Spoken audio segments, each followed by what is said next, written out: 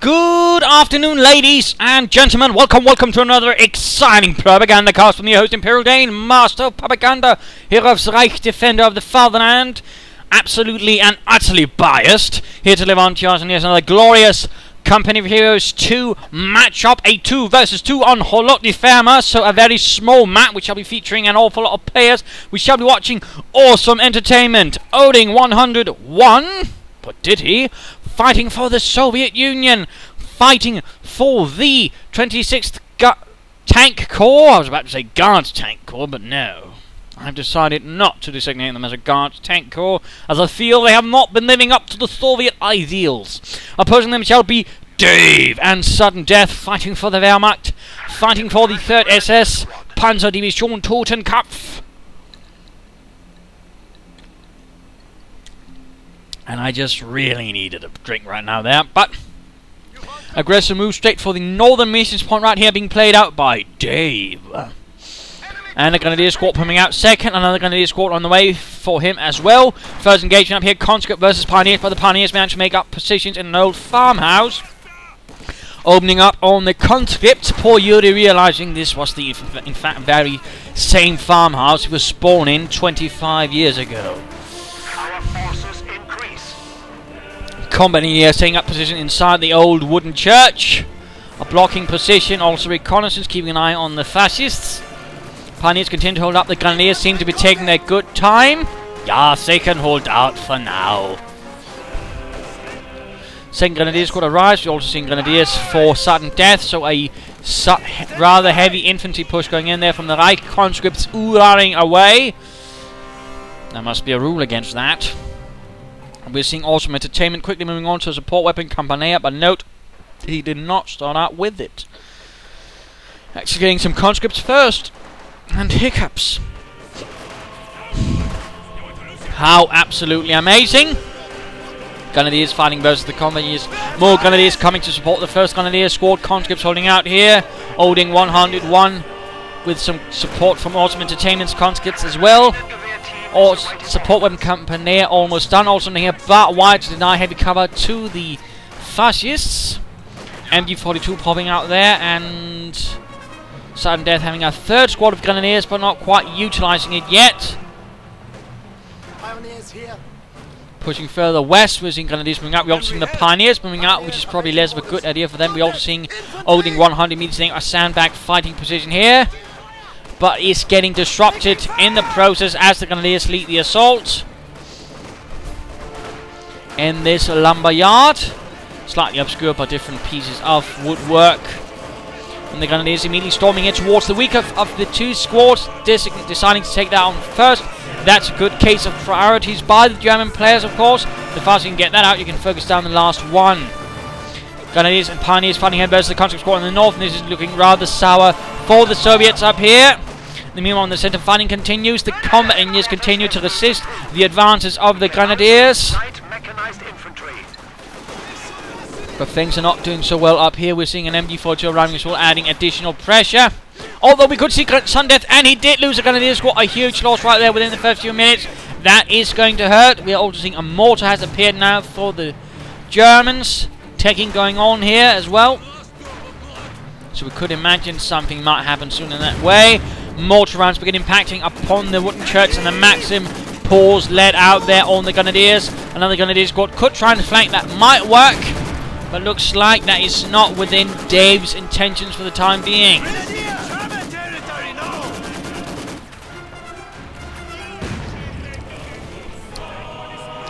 And a quick move there towards the cut-off point to deny southern resources. Well done. Leichte mechanized company up. And the Maxim advances. We have secured additional territory. It's ready to use. South now falling, in fact, completely to the Soviets as the Germans unable to provide sufficient pressure. And a half-track is on the way for Dave. Considering the munitions expenditure, that could likely be a flamethrower half-track that would be coming out right there. Also, fun fact about the Maxim machine gun, and these how it's utilized in Company of Heroes 2. It's awfully much like how a German squad would have operated, or at least one fire team with the light machine gun would have operated. The light machine gun would in fact been the primary thing the entire squad would have supported on, while the rest of the German grenadiers would in fact have been about supporting that. So fun fact there, of course, have also been swiftly to move about, so again, fun fact there, not what you usually hear discussed, but that was actually how they operated. Again, the Germans were much focused upon the MG42, whereas the Soviets were less focused upon their machine guns. And snipers have arrived. Odeng 101 has gone for the special rifle command. Rifle grenade impacting upon the maximum crew, but the grenadiers will soon be forced away as well as pressure increases. And thus, this German's most northern assault has faltered under the weight of a Soviet counterattack. While we wait for this flamethrower half-track to be upgraded mit die Flammenwerfern. And the pack arrives as well. Clearly the Germans are a bit worried about something like a scout car, perhaps, but also any sort of light armor. T-70 rush could prove to be devastating, so very well done there. You should always have some sort of anti-tank weaponry at hand if possible. And right there, he got a bit too close ahead with it, and that could rather ruin the surprise. Although I imagine the Soviets are quite pleased they won't be as surprised as they could have been by the flamethrower's presence, as that's usually not the kind of surprise you want. But there we go, pouring hot fire upon Russian bodies and lighting them, and there we go, the anti-tank grenades are ready, but not quite enough to save Boris or Vladimir, who did burst into flames as if those struck by the Lord's holy wrath for their sins, if they had committed any sins. Contact!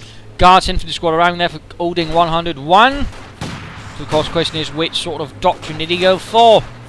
But Guards infantry are advancing, going in there for the Grenadiers and the half-track, most likely of course with their PTRS anti-tank rifles, not the PTRD, which was actually a bolt action, well, manual anti-tank rifle, whereas this was actually a semi-automatic, and the difference was that semi-automatic one actually had less power.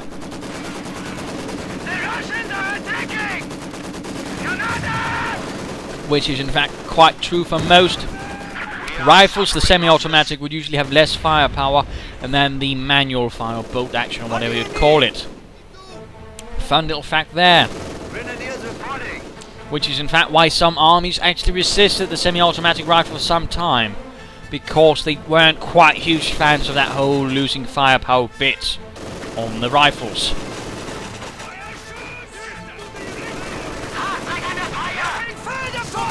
There we go. Scout car with Guards infantry in, moving in after that flamethrower half-track, but suffering a bit, and Panzerfaust. Guards infantry surprisingly, well, mostly survive, half the squad less so. Snipers are providing support, dutiful as ever. And the flaming wreck of the scout coming a bit half of the grenades to see what's going on, popping over to Suddendeath, who's also going for a flamethrower half-track, so 2 flamethrower half-tracks. So Germans are quite fond of the fire today.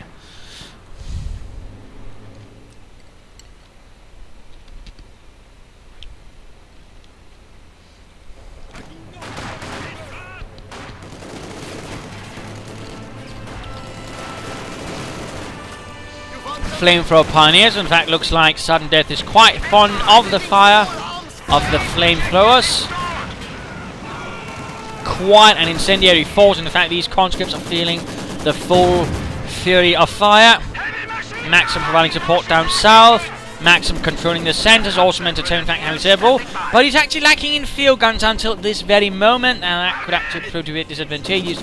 Also noting here, he's actually, or at least one of them, in fact both of them, mined the central area quite a lot.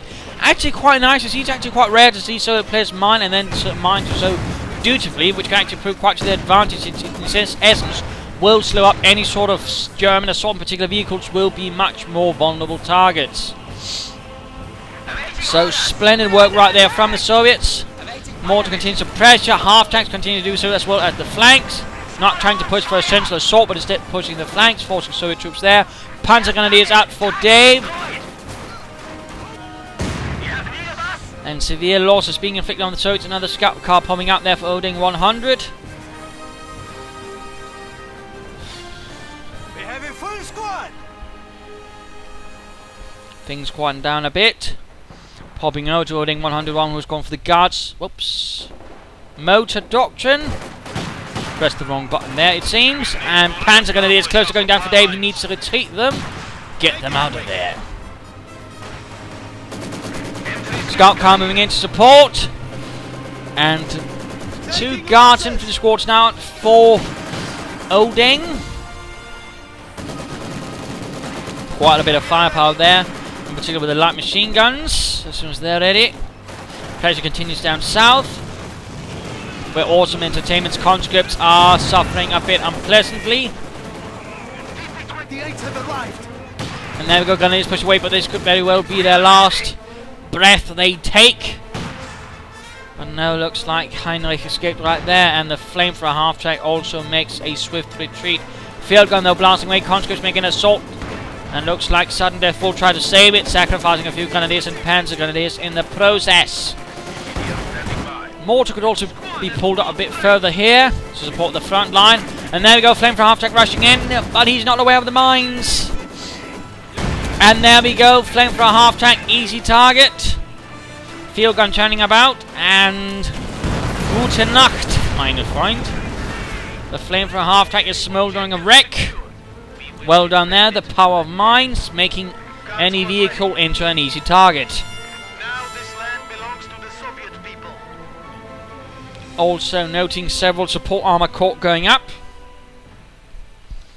Splendorous work that.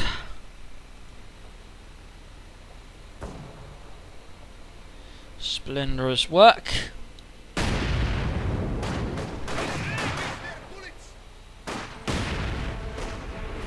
Grenadiers pushing up north.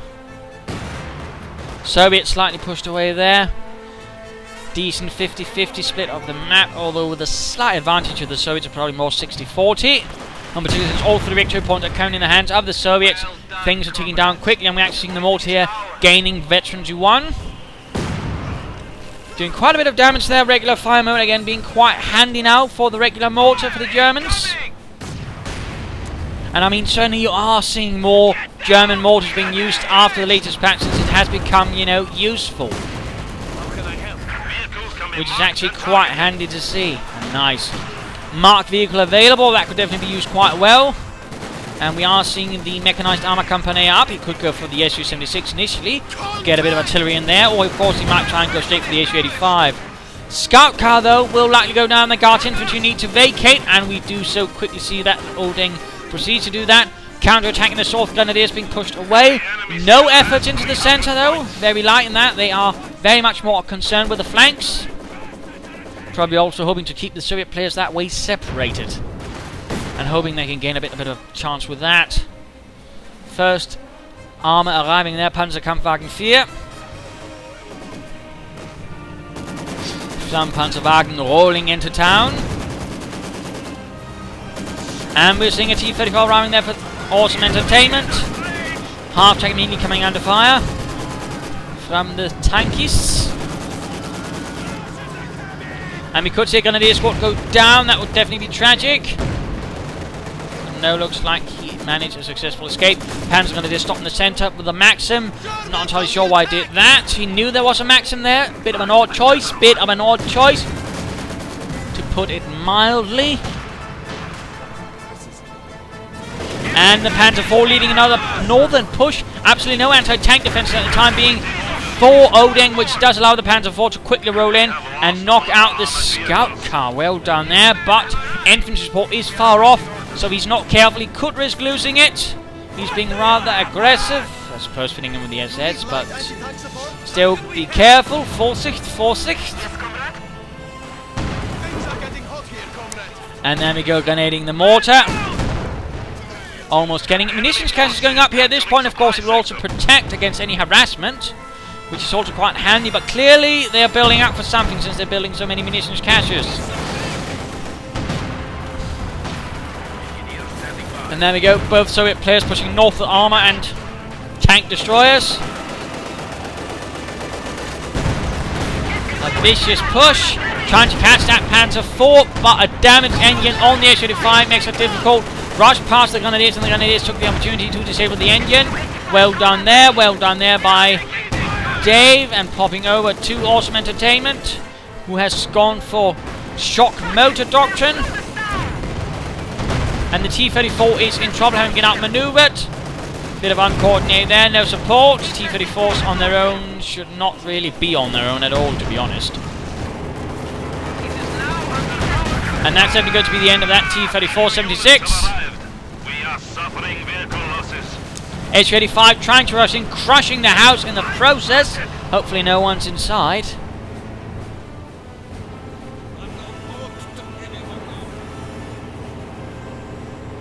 Panzer IV being rolled out of there. We are under attack! Enemy troops! Mines planted! And an airstrike.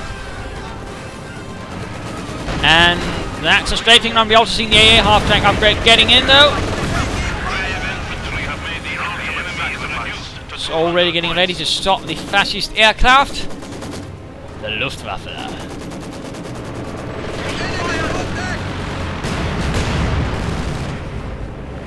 And a bit of mortar fire by the looks of things right there. No, that's actually a light artillery barrage.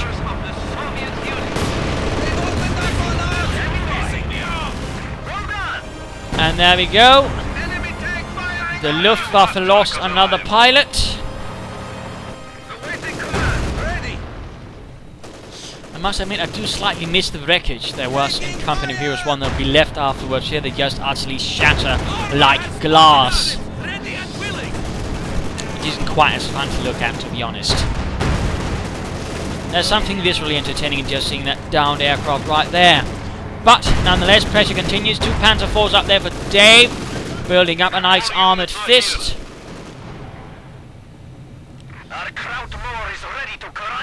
And Awesomeentertainment actually going for 2 anti-aircraft half-tracks, clearly expecting some heavy air power from the Germans. He's just setting up for some heavy anti-aircraft firepower, and of course also shredding infantry, as if though they were made of paper. And not the good kind of paper either. We are losing supplies to the enemy. Looks like Odeng's going to make a push from the north. Fighting once more focuses on, well, for the first time really focuses on the centre. So far it's been restricted to the flanks. Dave leading the assault for now, with Suddendeath providing a bit of support as well, but no real major efforts. Interestingly enough, Panzer IV quickly retreats in the face of the H-85.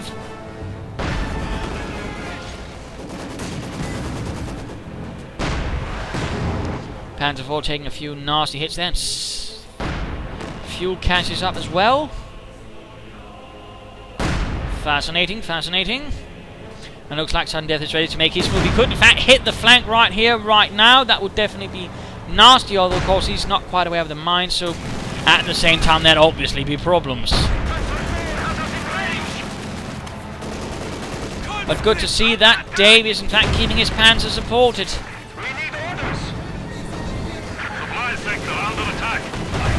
But he might benefit with a few light machine gun upgrades on them to get a bit more extra infantry damage out. We're also noting here that the north has been abandoned. A small squattering bit of harassment here could draw attention away from the centre, allowing for a full push there if so desired. And Suddendeath going for a howitzer. He likes the Feldhaubitze, it's seemingly becoming increasingly popular. Decent team games.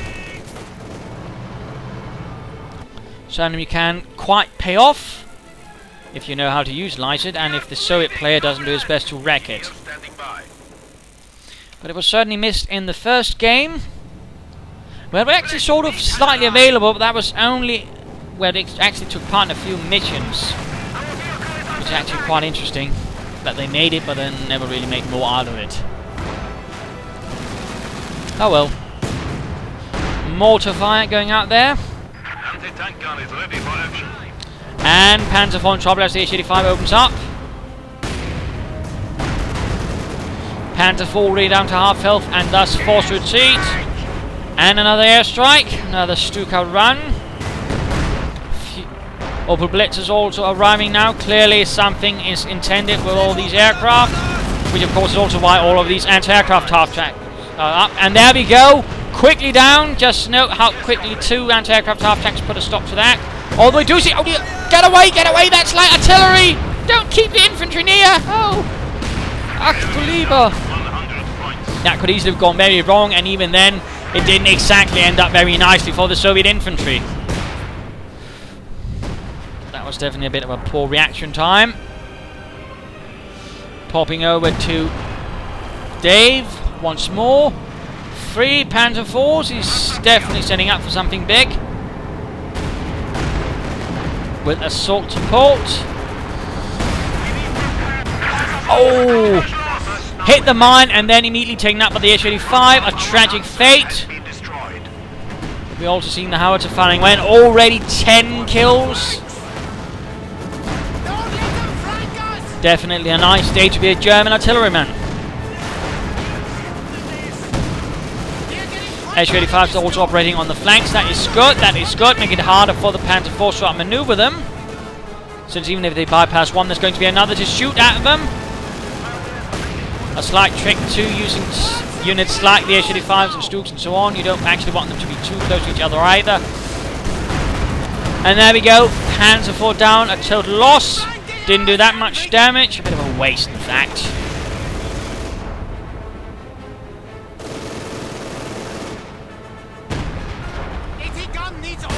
More artillery fire and Odeng getting a heavy mortar. He might want to shift it to one of the less obvious spots so he doesn't become quickly hit by the howitzer. Just a suggestion.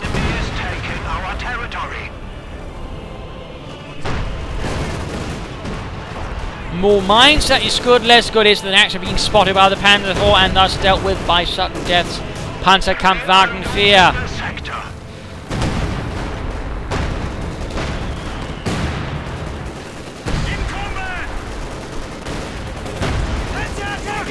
Combat engineers in a bit of trouble.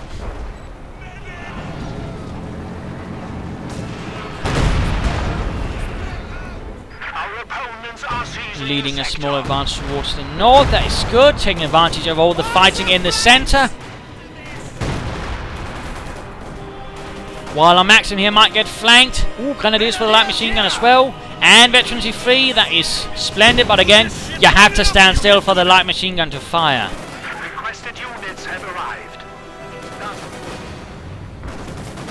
Kind of funny how it always is the Grenadier here pops to his, drops down. Because the thing is, they're actually trained to also be able to fire it while standing. It was something known as Sturmfeuer.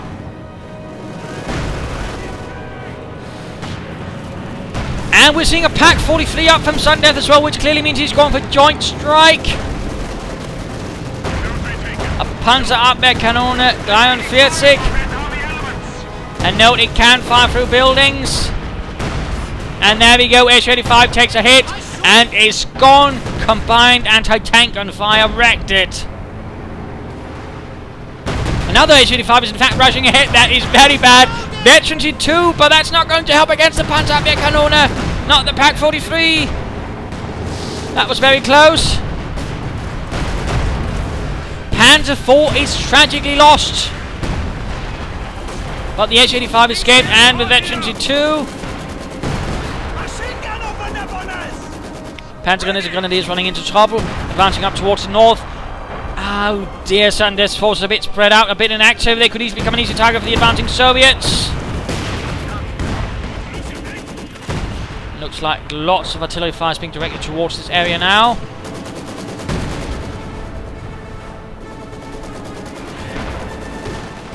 Up north, infantry fighting ensues.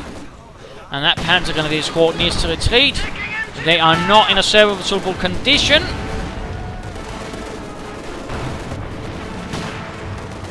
And there we go. We are in fact seeing that Suddendeath is abandoning the northern position while Dave continues up the south.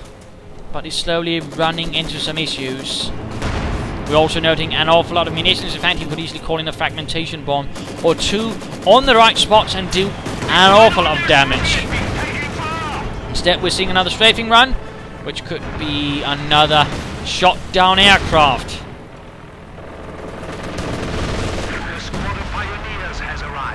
But in this case, a bit too slow, a bit too slow. That can be a bit the tricky part. I think might help. What might help is in fact that the anti-aircraft guns had a bit more time to actually react, because sometimes it's a bit too slow. Because apparently the aircraft has to be really, really close, which does limit their effectiveness. And there we go. Crashing down into the trees, wrecking a nearby house as well. It's done. It's ready to use. Yeah? Definitely not good. And veteran 2 for the howitzer. And I do believe it is time for the mid-game analysis. At the sort of mid-game stage, the situation is largely the Soviets holding most of the map. Germans are barely holding on. They've got only 1 victory point, and the overall victory point is less than 100. That's generally not what you want things to be going in towards, or at least the direction that is. Of course, on the other hand, they do have a strong position in terms of static weaponry. They've got bunkers. In fact, they have a very fortified position right here. Pack 43, howitzer, veteran 2. They've also got a bunch of tanks, but the opponent does have Su-85s. But of course, the Pack 43 does considerably limit how much they can actually use them. A bit too close, and they're going to get hit right here by the hammer of the Reich. And it's not going to be a tiny hammer. So of course, in that sense, we already see here that 2 obstacles present themselves rather severely to the Soviets: the howitzer and the Pack 43, which means those 2 things have to go.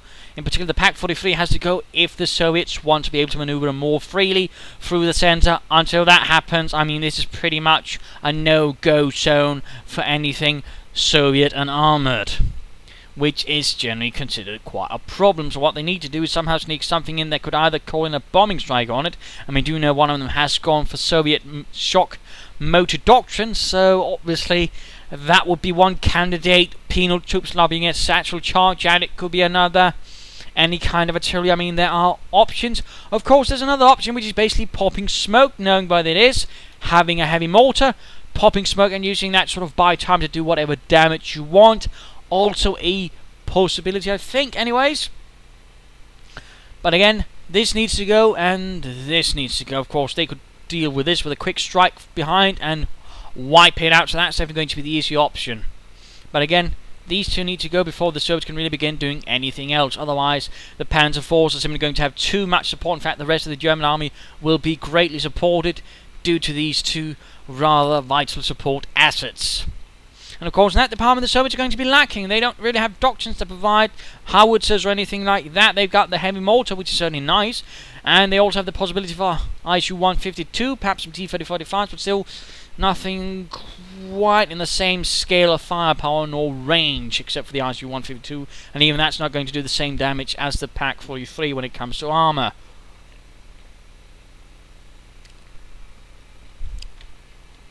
For the Germans, of course, it's going to come down to protecting these 2, possibly getting an Ostwind flak panzer, providing air cover, since again, bombing strikes are going to be a likely part of today's weather report when it comes to the Germans, just like it has been on the Soviet weather report.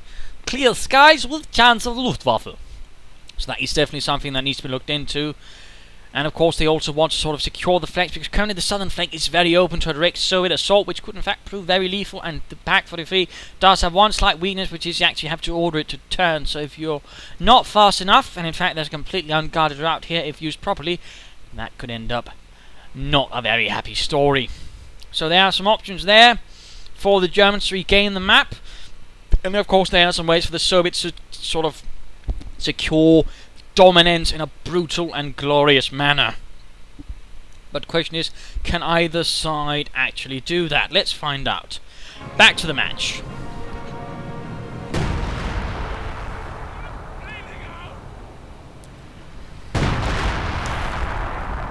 And I think that house is dead, Suddendeath. And there we go, assault going in towards the north. Infantry is a bit slow, might want to send up points of support. Dangerous move there, we also see an MD4 just been secured. Nicely done. Su-85 not quite pointing in the right direction, not entirely sure why he pointed it like that. Usually want to point it in the direction we're expecting him to come up. And there we go, Stuka moving in, but immediately coming on a fire from the half tracks. Splendid work. And And there we go, Panzer IV down rather swiftly, rather wasted. Not properly supported, by the way. That really could have been done better, to be honest. And you really shouldn't be sending in an armoured assault like that. That piecemeal, in particular when there's several Panzer IVs, we could have been sending as well. So that was rather poorly conceived right there by Suddendeath, but also Day when it came to the armoured assault. And now, of course, the S-85 is likely going to get another target, buttoning up the Panzer IV. S-85 is likely going to finish it off. Or no, Panzer IV managed to escape the grasp. But there we go. Oh, and it's abandoned. It's abandoned, and there's only a Grenadier squad left. And, oh, another Stuka went down. That's 4 Stukas so far. Perhaps we should have some sort of counter that require me to do more work. I'm not a huge fan of that. At least not when it comes to actually artistry. That's not really the sort of work I pursue. This H-85 needs to be pulled back and repaired. I mean, if it gets veterans free in the Pack 43, it's going to have a slight problem dealing with it. Until it gets veterans free itself, which could happen. Finally, a push towards the south to counter the Soviets moving in towards the south as well. And there we go, the Panzer IV has been recaptured by the Soviets. And that's definitely going to strengthen their armoured forces.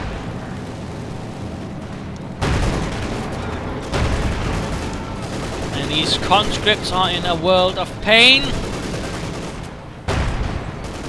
as the Panzer IVs unleash death upon them.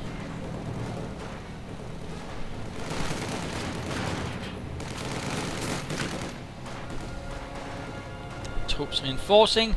Half tank. Oh, he's overdriving it. Interesting, interesting. And it's going in after the howitzer. And we're bombing strike, and he's. Oh, come on! Don't tell me you're leaving the half tank right next to it. And there we go. He got the veterans free howitzer at the cost of a half tank. I don't think that was quite worth it. But we still got the Pack 43 dominating the centre. That's not quite mission accomplished yet, comrades. No order of Lenin yet. The situation is becoming critical. Germans finding desperate to regain victory points. The south is secure. The centre is secure. The north is closed for the moment.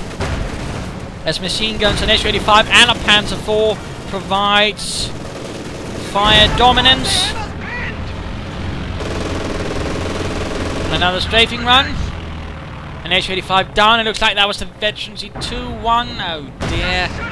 But we do see an ISU-152 has arrived. A heavy assault gun.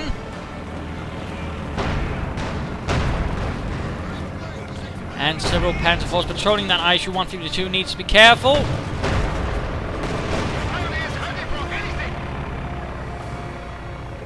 And looks like the second anti-aircraft half-track is gone as well. A tragic development. Hey, and you know, I think Awesomeentertainment should actually consider upgrading this with the heavy machine gun, as it is surprisingly effective against aircraft. Just saying.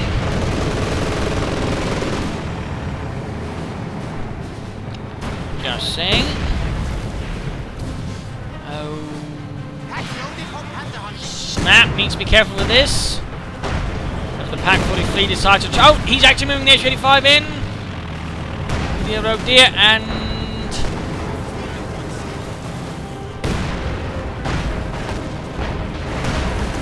There we go, and again, note, it shoots through buildings and such, and there we go, Veterans 2, which means it does a lot more damage now, in fact. I think we're closing in around somewhere around 500 damage. ISU-152 also needs to be careful, that is also within range. What are you doing, Awesomeentertainment and Odeng? And there we go, Veterans free on the Pack 43. Veterans free.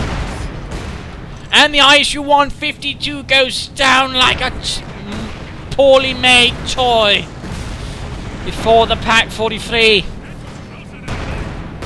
And the S-85 is down. That thing can just tear through the entire Soviet armored forces now. That thing is a death machine.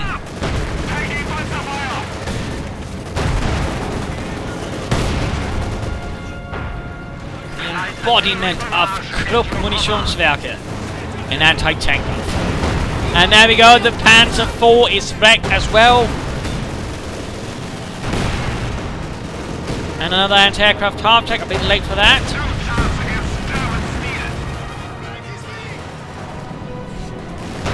And right there, the Soviet armored forces had their throat ripped out. They just lost most of their armor in few seconds to the Pak-43. That is quite a rare sight, in fact, but does display the dominance of a well-placed Pak-43, and opponents were careless enough right in front of it. And another H-85. He could try and go for the T-3045s, have something a bit more moving in terms of firepower, but so far looks like Odeng does not care. In fact, Odeng has pretty much been crippled by this, which is a bit of a shame, but not much to do about that. And there we go, bombing strike knocks out the Pak-43. Vengeance for the comrades lost. But that is about it.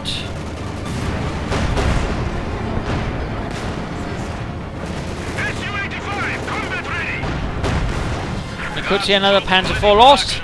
And of course, interesting to note, the Germans haven't really gotten anything to Veteran 2 at all, at least in their armour, which does just show again that the Panzer IV, while handy, is perhaps not the most survivable vehicle if properly countered. I mean, it does have its limits. Though again, if you are utterly intimidated by it, of course, it's going to be the worst nightmare you've ever faced. And a fresh howitzer up. Sudden death not to be intimidated.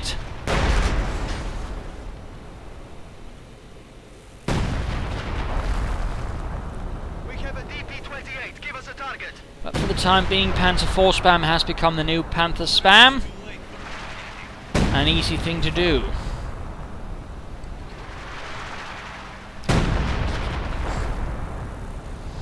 And it's probably largely due to the fact that now it's actually on its separate tier and thus doesn't have to directly compete with the Panther, in which case it suddenly becomes quite handy.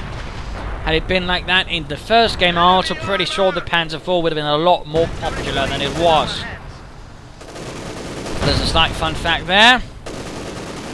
Panzergrenadiers pushing up their 3rd SS on the move in the north. Still losing an awful lot of Panzer force, but I suppose again that fits in well as well. 3rd SS was known for its extremely high casualty rates.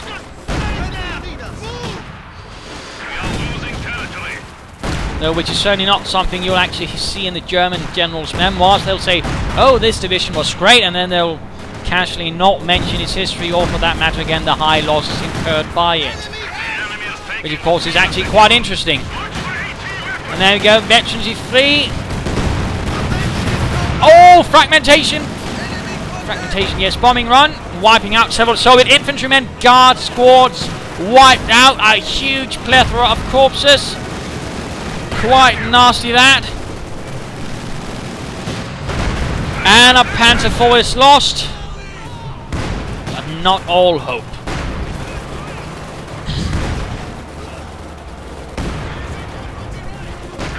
It looks like the Germans are gaining the upper hand now. The enemy has taken our supply sector. Infantry! Russian army having very, very few units left at this very moment.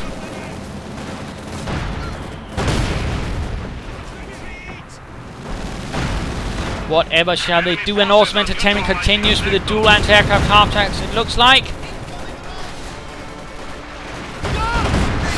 And more howitzer fire.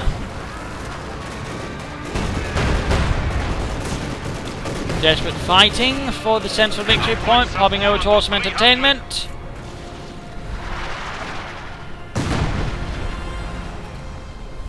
You need something built?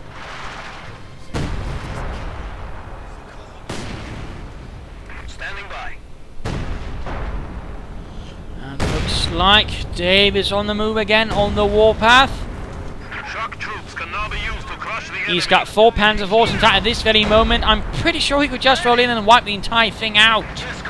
And there'd be nothing the Soviets could really do about it. But interestingly, it rather looks like Dave is being a bit passive, which is quite a shame. And does display a slight issue there. And actually finally getting some shock troopers. I'm surprised Awesomeentertainment really hasn't bothered with shock troopers until now. There we go, Panzer 4 making a raid into the base. Second one not there. The two here are still being inactive. Come on, Dave, don't sit back. Don't hold back.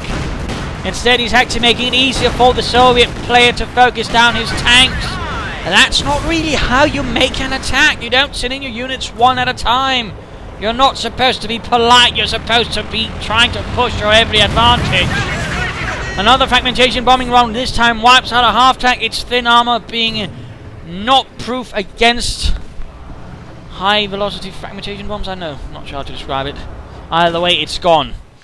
But again, I do think Dave could have done that a lot better. He could activate attack with all tanks and then called in some fragmentation bombing runs on anything that stood in his way. So that was a really, really silly thing to do. To be quite fair.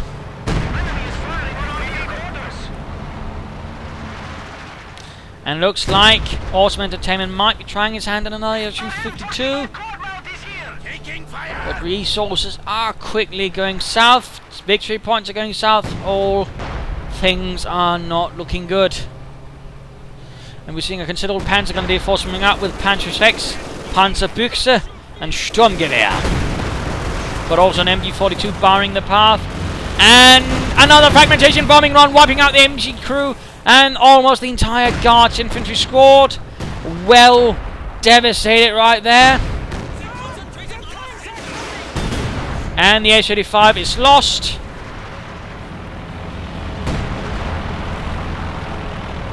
Looks like a bit of aerial reconnaissance from the Joint Strike Commander. And another Pak-43 taking no chances. He sets up another one, increasing the anti-tank defences. Quite lovely to see that.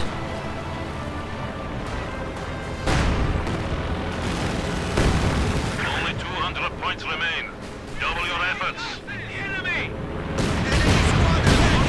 And a bit of light artillery going in against the enemy base. Nothing is sacred in the pursuit of victory. Engineers have secured the sector. But looks like at this stage the Germans have more or less secured map dominance. Awesomeentertainment still attempting though than Su-152, that much is clear. But their Panzer IVs guarding every approach, their howitzers, their Pak-43s, field guns packs, all sorts of knickknacks.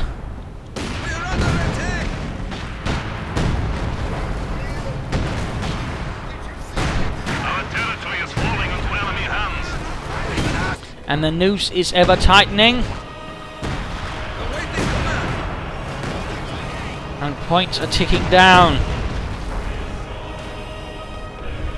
And there'd still be about 4 minutes to go until he can get the Su-152 with the fuel income they have. Interesting enough, there's been no fuel caches from the Soviets, which might have been a move, but apparently not, particularly since they're floating that much manpower at this stage. 18 gun has sighted us. Okay, that's the last one. There we go, Dave leading an armoured assault, but again not with his full forces. Again, apparently he's for some reason being curious.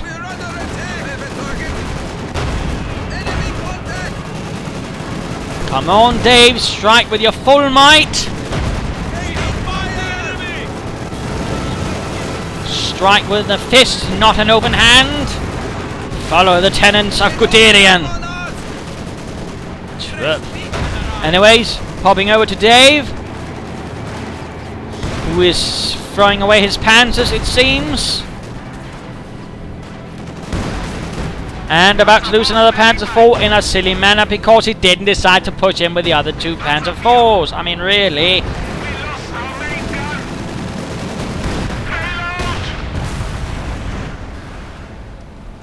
More Su-85s, no attempt at T-3045s, which could have helped against the infantry. Plus still be good against the Panzer IVs.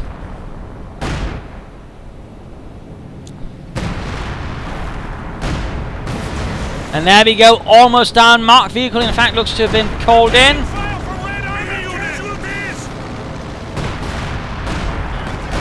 Oh! Oh, the Sturmgewehr went down there to something. I wonder what? Christ, the vehicle that had been marked took it down! That's something. But sadly the Panzer IV was lost. The S-85s are moving in remorselessly. Panzer IV counterattacks. Another fragmentation bombing run straight on all of this. We're seeing the anti-aircraft half-tank overdrive. Managed to escape. But the Guards infantry was not so fortunate. Panzer IV is ready for battle. Enemy infantry has made contact. Suffering rather horrifically. A sudden rush towards the victory point right there, but a Maxim is holding up the position, and Panzer Grenadiers on reserve. Pushing up the centre. Dave is still not using the full might of his Panzer forces. Gott im Himmel. Holding target destroyed.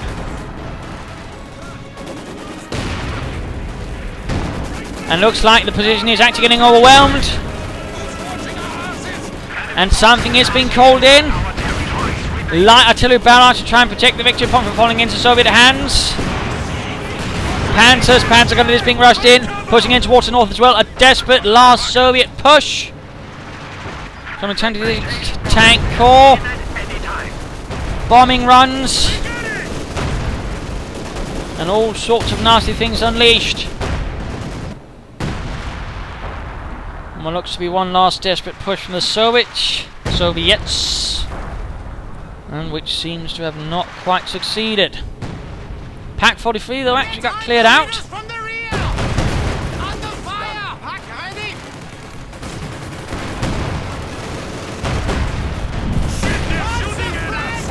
Victory is in our grasp. The enemy has 25 points remaining. Points are ticking down. Panzer Grenadiers leading the way. Grenades being lobbed in an attempt to stop them, but not quite succeeding. The front has shattered. And the Panzer Grenadiers have broken through, and there's nothing that can stop them. Like an automatic rifle wielding dervish, they pull through. Unstoppable. And an assault going up here, being slightly stopped, though a artillery strike actually sorting out the defenders in a most explosive manner. What do you need? Retreat! And that looks to be the end, my friends. Don't let them flank us! And looks like Dave is finally committing his armour. He could probably have ended this fight a lot sooner had he committed them all. We have 10 points remaining.